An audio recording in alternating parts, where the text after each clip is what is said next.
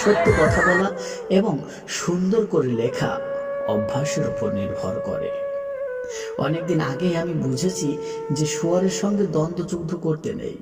শরীর নোংরা হয়ে যাবে এবং শুয়োরটি এইটি পছন্দ করবে। ভালো বই পড়া মানে শতাব্দীর সেরা মানুষদের সাথে কথা বলা।